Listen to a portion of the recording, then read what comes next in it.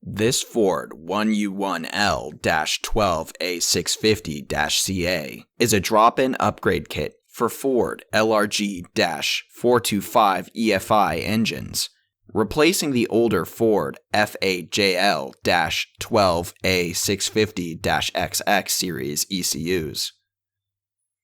This particular unit came out of a JLG lift and has a JLG part number 7023685 or 2915173.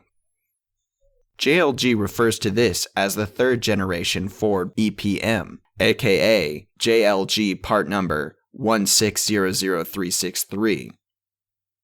We developed a full test which included a rework of our harness used in the FA-JL test and added an external ignition module which we bought to fully test the ECU.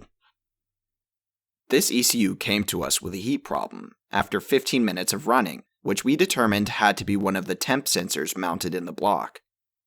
One of the key features of the ERD method of testing on these ECUs is we can determine the true level of operation of an ECU and give guidance to parts of the system to help in troubleshooting the engine. Thanks for checking out the video. Subscribe to ERD TV for more videos of our repairs.